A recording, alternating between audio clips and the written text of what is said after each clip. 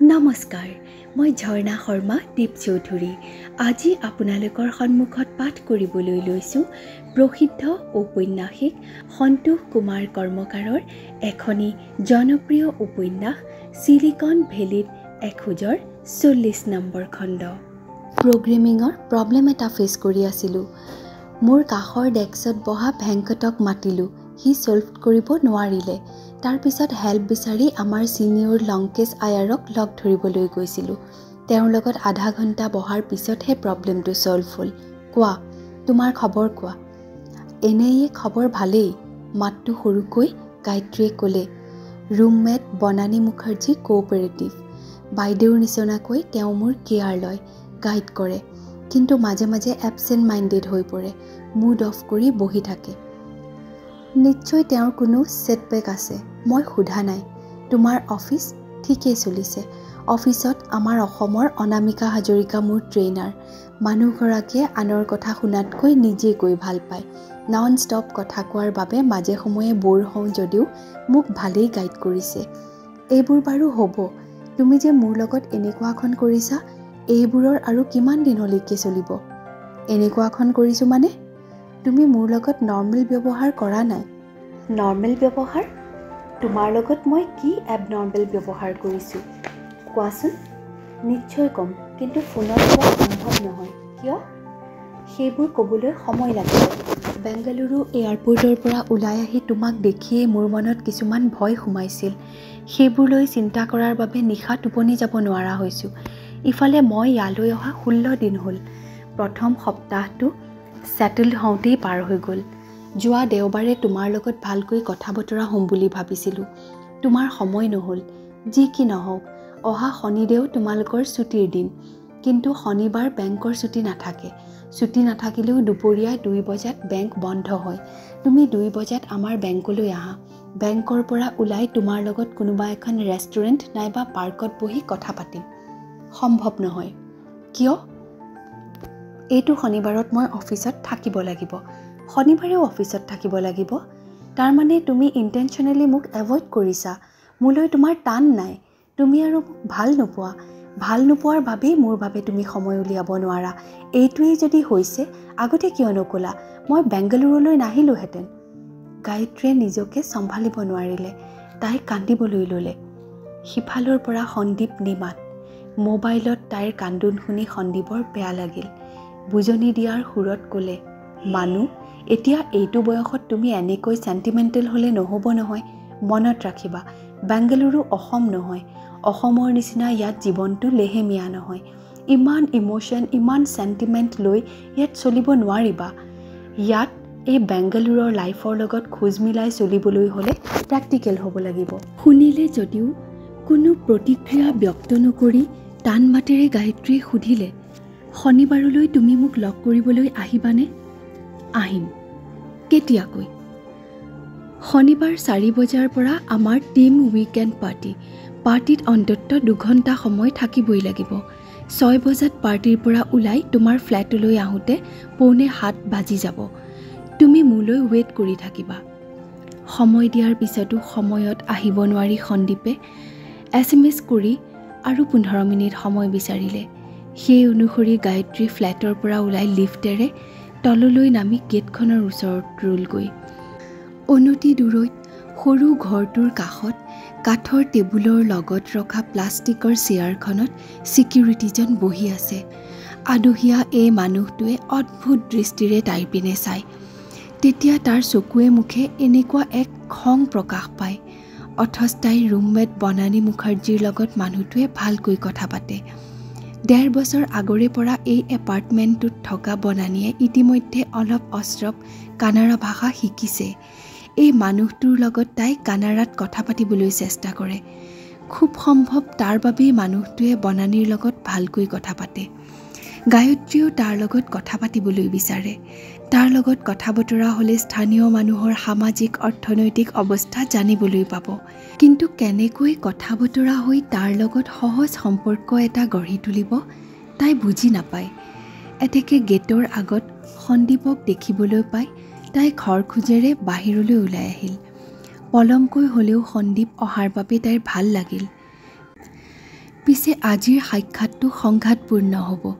তাৰ বাবে গায়ত্ৰী মানসিকভাৱে সাজু হৈ লৈছে।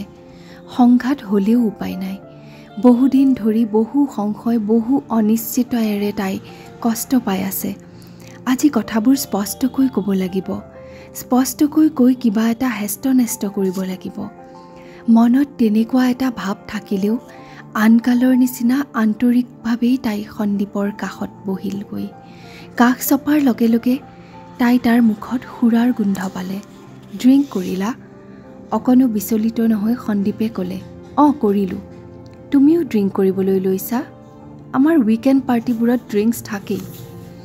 ড্ৰিংকছ থাকিলেই তুমি ড্ৰিংক কৰিবা? গোটেইটো উইকৰ ট্ৰিমেণ্ডাছ ৱৰ্কলোড লোৱাৰ বাবে আমাৰ মেণ্টেল ষ্ট্ৰেছ হয়। এই ষ্ট্ৰেছৰ পৰা ৰিলিফ পাবলৈ ড্ৰিংক কৰিবই লাগে। এনেও এইবোৰ পাৰ্টিত ড্ৰিংকছ থাকেই। সকলোৱে ড্ৰিংক কৰে।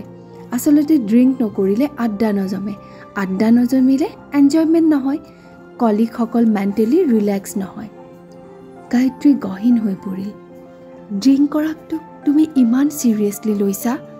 তাৰমানে ড্ৰিংক কৰি তোমাক লগ ধৰিবলৈ অহাৰ বাবে তুমি মোক বেয়া পাইছা? হে ৰামানু, মোৰ দেউতা বাগানৰ মেনেজাৰ। দেউতাই ৰেগুলাৰ ড্ৰিংক কৰে। সেইবুলি দেউতা বেয়া নেকি? আৰু উইকেণ্ড পাৰ্টিত আমি সস্তীয়া চুলাই বা কাণ্ট্ৰি লিকাৰ নাখাওঁ নহয়। আমাৰ ড্ৰিংকছ হ'ল brandy, whisky, rum, scotch, vodka, কেতিয়াবা চেম্পেইন। বেছিভাগৰেই ফৰেইন ব্ৰেণ্ডেড আৰু কষ্টলি। আৰু নাখাম কিয়? Alcohol is not only for enjoyment, it is a requirement, it is an essential food for us, it is exhilarating, accelerating. আমি আমাৰ নিচিনা ছফ্টৱেৰ ইঞ্জিনিয়াৰ্ছ, প্ৰগ্ৰেমাৰ্ছ, টেকনিচিয়ানছ আমাৰ হতুৱাই কাম কৰোৱাই উন্নত বিশ্বৰ বিখ্যাত কোম্পানীবোৰৰ লগত ইনফ'চিছে কোটি কোটি ডলাৰৰ ডিল কৰিছে। সেই অনুসৰিয়ে কোম্পানীয়ে আমাক চেলাৰী দিছে, ইনচেণ্টিভ দিছে, বোনাছ দিছে।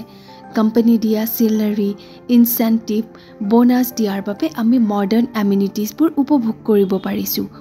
আমাৰ অধিকাংশ সহকৰ্মীয়ে ডিলাক্স ফ্লেট লৈ আৰামেৰে থাকিব পাৰিছে, লেটেষ্ট মডেলৰ কাৰ চলাব পাৰিছে। আমাৰ ষ্টেণ্ডাৰ্ড অফ লিভিং উন্নত হৈছে। গতিকে আমাৰ নিচিনা ষ্টেণ্ডাৰ্ড মানুহৰ বাবে ড্ৰিংক কৰাটো সাধাৰণ কথা। গায়ত্ৰীয়ে বুজি পালে। স্বাভাৱিক যেন লাগিলেও সুৰাৰ প্ৰভাৱত সন্দীপৰ স্নায়ুবোৰ উত্তেজিত হৈ পৰিছে। তাৰ বাবেই সি কথাবোৰ প্ৰলাপ বকাৰ নিচিনাকৈ কৈ আছে। প্ৰতিৰোধ কৰিলে বা বাধা দিলে তাৰ বলকনি বাঢ়িব। সেয়েহে খং নকৰি শান্ত মাতেৰে তাই ক'লে, সেইবোৰ জানো, সেইবুলি তুমিও এনেকৈ ড্ৰিংক কৰিবা বুলি মই আশা কৰা নাছিলোঁ। তুমিতো মোক লৈ বহুত কিবা কিবিয়ে আশা নকৰা। পিছে শুনি লোৱা, তুমি আশা কৰা ধৰণেৰে, তুমি বিচৰা মতে মই চলিব নোৱাৰোঁ। চলাটো মোৰ পক্ষে সম্ভৱ নহয়। গায়ত্ৰীয়ে সন্দীপৰ পিনে চালে। তাৰ দৃষ্টি কঠোৰ হৈ উঠিবলৈ লৈছিল। কিন্তু তাই নিজকে চম্ভালিলে। কথাটো হ'ল মানে ক্লিয়াৰিটি কৰিবলৈ গ'লে সন্দীপৰ চকুহাল জ্বলি উঠিল। তুমি বিচৰা ধৰণেৰে তোমাৰ এই ট্ৰেডিশ্যনেল ছিষ্টেমৰ নীতি নিয়ম অনুসৰণ কৰি মই চলিব নোৱাৰোঁ। কথা বাঢ়িছে। এইবোৰ কথাৰ বিৰোধিতা কৰিলে সন্দীপে তৰ্ক কৰিব। নিজৰ কৰ্ম, নিজৰ স্থিতি আৰু নিজকে চলাই নিয়াৰ পদ্ধতিটো সঠিক বুলি প্ৰতিপন্ন কৰিবৰ বাবে যুক্তিৰ পিছত যুক্তি দাঙি ধৰিব। ফ্লেটৰ পৰা ওলাই সন্দীপক লগ পাই ৰেষ্টুৰাঁ এখনলৈ সোমোৱাৰ কথা ভাবিছিল।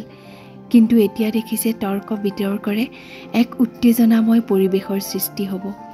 সেয়েহে তাই ৰেষ্টুৰাঁত সোমোৱাৰ কথাটো বাদ দিলে। ইফালে ইয়াত মানে এই GB পালিয়াত কোনো পাৰ্ক বা উদ্যান নাই যে তাত দুয়ো বহি কথা পাতিব। হুচুৰ ৰোডৰ ছাৰ্ভিচ ৰোডেদি সৰু কাৰ আৰু বাইকৰ যেনেকুৱা বিৰামহীন চলাচল, খোজকাঢ়ি থাকোঁতে কথা পতাটোও নিৰাপদ নহয়। যিকোনো মুহূৰ্ততে দুৰ্ঘটনাত সন্মুখীন হ'ব লগা হ'ব পাৰে। গায়ত্ৰীয়ে অটোখনত মাতি সন্দীপক লৈ বুমানহাল্লি পাৰ হৈ HSRলৈ আহিল। অপেক্ষাকৃত কম ভিৰ থকা ঠাইত নামি অটোখন বিদায় দি দুয়ো বাওঁফালৰ আলিৰ ফুটপাথেদি কিছুদূৰ আগবাঢ়ি তিনিআলি এটা পালে। তাৰ পৰা 10 মিনিট খোজকাঢ়ি আগবঢ়াৰ পিছত পাৰ্ক এখন দেখিলে। পাৰ্কখন বেংগালুৰুৰ আনবোৰ পাৰ্কৰ নিচিনাকৈ যত্নৰে ৰখা নহয় যদিও ইমান বেয়াও নহয়। গায়ত্ৰীয়ে সন্দীপক এই পাৰ্কখনলৈ মাতি আনিলে। সোমাওঁতে বাওঁফালে খালী হৈ থকা বেঞ্চ এখনত দুয়ো বহিল। ইতিমধ্যে নিশা নামি আহিছে, কিন্তু বিজুলী চাকি জ্বলি উঠাৰ বাবে পাৰ্কত আন্ধাৰে বাঁহ ল'ব নোৱাৰিলে। পাৰ্কখনৰ সেউজীয়া লনত তিনিগৰাকী স্বাস্থ্য সচেতন বয়স্ক লোকে খোজ কাঢ়িছে। তাৰ বাহিৰে সন্দীপ গায়ত্ৰীৰ বয়সীয়া কেইবাহাল প্ৰেমিক প্ৰেমিকা একোখন বেঞ্চত নিবিড়ভাৱে বহি প্ৰেমালাপত মগ্ন হৈ আছে। এসময়ত প্ৰেমিক প্ৰেমিকা হিচাপে বিখ্যাত হৈ পৰিছিল যদিও আজি সন্দীপ আৰু গায়ত্ৰীৰ মাজত প্ৰেমালাপ নহয়। এতিয়া সিহঁতৰ সন্মুখত বাস্তৱ। দুয়োৰে সম্পৰ্কটোৱে আগন্তুক দিনবোৰত কেনেকুৱা ৰূপ ল'ব সেইটো লৈ আলোচনা হ'ব। সন্দীপ গধুৰ মাতেৰে গায়ত্ৰী ৰ'ল। খন্তেক মনে মনে বহি থাকি তাই ক'লে, মই এটা সপোন লৈ বেংগালুৰুলৈ আহিছিলোঁ।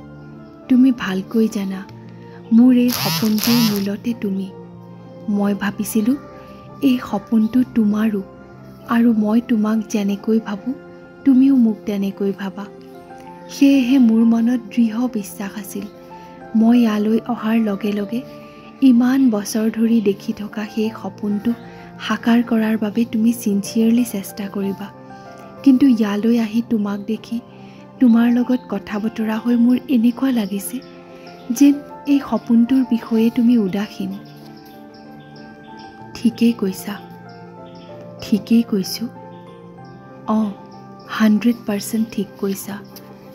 গায়ত্ৰীৰ বুকুখন কঁপি উঠিল। তাইৰ ভয় লাগিল। সেইবুলি ভয়টো প্ৰকাশ নকৰিলে। সৰুকৈ নিশ্বাস এটা পেলাই তাই সুধিলে, তেনেহ'লে মোক ক'বানে, কিয় তুমি এনেকুৱা উদাসীন হৈ পৰিলা? বেংগালুৰুলৈ অহাৰ পিছত কিয় মোৰ এনেকুৱা লাগিছে যে মোক লৈ তোমাৰ চিন্তা চেতনাবোৰ অস্পষ্ট হৈ পৰিছে?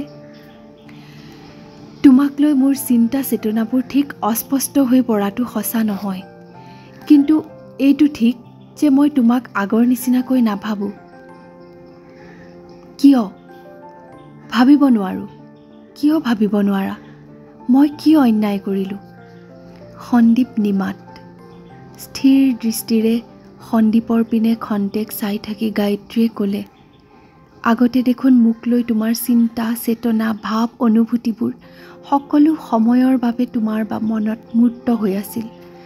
মোক লৈ তোমাৰ মনত পৰিকল্পনা এটা আছিল। মোক লৈ তোমাৰ আগন্তুক জীৱনটোৱে কেনেকুৱা ৰূপ ল'ব তাৰ বাবে ধুনীয়া প্ৰগ্ৰেম এটা ছেট কৰিছিলা। সেইবোৰ বেলেগ হৈ গ'ল। তোমাৰ এই বেলেগ হৈ পৰা, তোমাৰ এই পৰিৱৰ্তন তেন্তে মুম্বাই নৰিমন পইণ্টত সেইটো ঘটনা হয়নে? তোমাৰ লগত হোটেলত থকাৰ সেই প্ৰপ'জেলটো একচেপ্ট নকৰা বাবেই তুমি মোৰ লগত এনেকুৱা ব্যৱহাৰ কৰিছা, এইদৰে মোক শাস্তি বিহিছা। মই তোমাক শাস্তি বিহিছোঁ? নাই, তেনেকৈ নক'বা। সেইটো তুমি বেছিকৈ ভাবিছা। কিন্তু এইটো সঁচা যে সিদিনা সেই ঘটনাটোৰ বাবে মই কষ্ট পাইছোঁ, খুবেই দুখ পাইছোঁ। এসময়ত এই দুখ কষ্টটো ইমানেই বাঢ়িল যে মই আৰু নিজকে বেলেঞ্চত ৰাখিব নোৱাৰিলোঁ। বেলেঞ্চত ৰাখিব নোৱাৰিলা? মানে কথাটো হ'ল মুম্বাইৰ পৰা ইয়ালৈ অহাৰ পিছৰে পৰা মই বেলেগ ছোৱালীৰ লগত এংগেজড হৈ পৰিলোঁ। সন্দীপ! গায়ত্ৰীৰ মূৰৰ ওপৰৰ আকাশখন ভাগি পৰিল। নিমিষতে তাইৰ সকলো সপোন, সকলো পৰিকল্পনা কল্পলোকত বিলীন হৈ গ'ল। অন্তৰৰ সকলো পবিত্ৰতাৰে চিৰদিনৰ লগৰীয়া ৰূপে যাক আপোন কৰি লৈছিল, যাৰ প্ৰতি তাইৰ হৃদয় সম্পূৰ্ণভাৱে সমৰ্পিত, যাৰ লগত বিয়াত সোমাই ঘৰ সংসাৰ পাতিব বুলি তাই ৰোমাঞ্চিত হৈ আছিল, এতিয়া সি তাইৰ কাষত বহি আছে যদিও অচিনাকি হৈ পৰিল। গায়ত্ৰী আৰু তাত বহি থাকিব নোৱাৰিলে। জঁপিয়াই উঠি খৰখোজেৰে পাৰ্কৰ পৰা ওলাই যোৱা গেটখনলৈ তাই আগবাঢ়িল।